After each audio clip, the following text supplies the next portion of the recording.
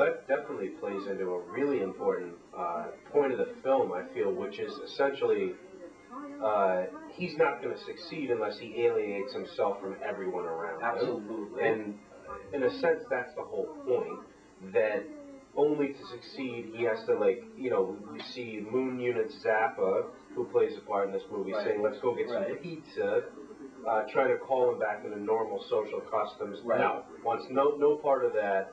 He's done with all that shit, is what he says. Come on, JJ. Let's go get a pizza. We'll sit and talk like we used to. Shine it, Pamela. I'm not into that crap anymore. Greetings, firstly.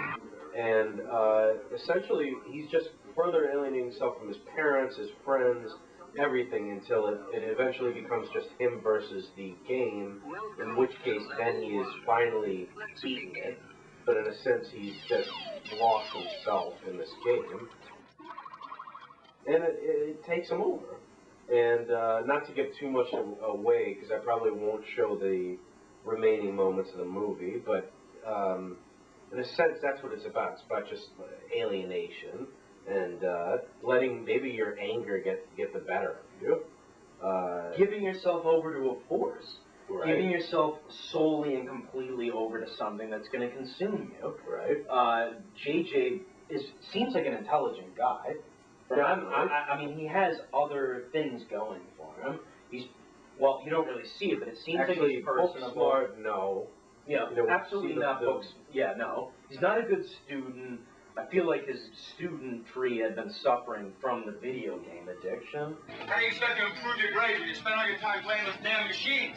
No, forget it, JJ. So now you're grounded. From now on, the game room is off limits, period. That'd be a sport. What do you? Sport? Sport? Take a look at this report card and tell me, is that sport? Forget it, JJ. But if he had applied himself, maybe it would have been better. But he's soul-minded in his pursuit. Well, I happen to kind of believe him when he says, if I beat this game, there'll be no more late nights at the arcade, there'll be no more stealing cars. I really feel like that's earnest. And I feel like it really is all about beating that game for him. I mean, you could say that he's like an alcoholic, he's got to keep playing. But beating that game, I think, to him I think that would have sedated or satisfied. I agree. If you're gonna view the game as some sort of sinister force, it was perfectly set up for people like JJ who weren't fulfilled in other aspects of their lives, so they're going to be fulfilled by. Well, one guy in Jersey beat it out twice. Exactly. He made a funny comment. I mean, like, of course, like, that's where it would be, out somewhere in Jersey. I feel like it would be in Jersey more than New York because, I don't know, and I'm sure we're going to get hate mail over this, but New York to me, like, there would be other outlets to it or whatever. People are going to be watching. Nobody's going to watch this, but in New York, I feel like there'd be other outlets for JJ. There'd be other sort of things he could go to. The suburban element in this movie is extreme. He goes to the valley to become a hustler. There's all sorts of people there, and and I'm not. No. He says we're a long way from the valley. The valley is where he lives. Right. Excuse me. I said he went to the valley. I'm sorry. He lives in the valley, which I've never been there before, but it seems to me like suburbia. Yeah. And I'm sure whatever, you can correct me if you want, but he's going to this mass mall where people are alienated. His parents don't understand him. They don't want to really understand him. They just want him having good grades in school. Sock, his best friend, Sock, I think his name is, but it sounds like Sock when everybody says it, is trying to help him. But in the end, he's not really capable of understanding, like, J.J. Cooney's the depth of his narcissism, which to me is his undoing. Well, I try to disagree there.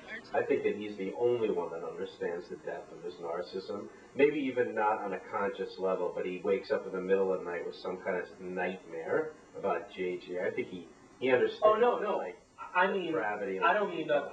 All right, I don't mean to say. I think what I meant to say was that. No, okay, I see what you're saying. Hello? Mrs. Cooney? Zoc, is that you? Yeah. Do you know what time it is? Yeah. Is JJ there? Zoc realizes. Yeah, the parents. I agree with you. It goes to this place where it's like, you'd never see a movie like this nowadays. The Hispanic guys with the hairnets And the cane. the cane, everything is stereotypical. You're not going to see a movie like this. It makes it very dated. It makes it very, like, to me, kind of dangerous in that way. Look, dangerous in the way of today's world. I don't mean I find it dangerous. I think there's kind of truth in that sentiment or whatever. That he's now going to hustle people.